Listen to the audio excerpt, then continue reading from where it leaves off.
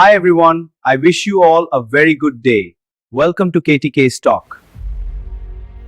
మీకు తెలుసా, జీవితంలో కొన్ని అవకాశాలు ముగిసే సమయానికి చేరుకుంటున్నాయని? ఇన్సూరెన్స్లో 50 నుంచి 55 మధ్య వయస్సు కూడా అలాంటిదే. ఒక రైతు విత్తనం వేసే కాలాన్ని మిస్ అయితే ఆ సంవత్సరం పంట ఉండదు. అలాగే కొన్ని అవకాశాలు జీవితంలో వెళ్ళిపోయాక వాటి విలువ తెలుస్తుంది. కాలం ఆగదు, మన కోసం ఎదురు చూడదు.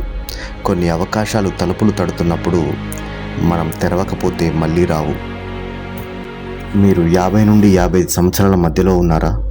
ఇంతవరకు కూడా మీకు కనీసం ఒక లైఫ్ ఇన్సూరెన్స్ కూడా లేదా?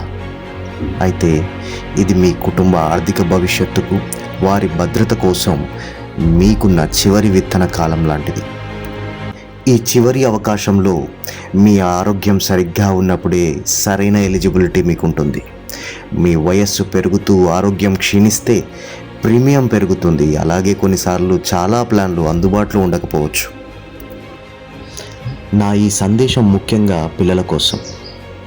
మీ అమ్మా నాన్నల వయస్సు 50 నుండి 55 మధ్య ఉందా? వారి లైఫ్ ఇన్సూరెన్స్ స్టేటస్ మీరు చెక్ చేశారా?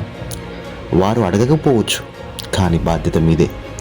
జీవితం ముగుస్తుంది, కానీ మన నిర్ణయాల ప్రభావం మాత్రం కొనసాగుతుంది.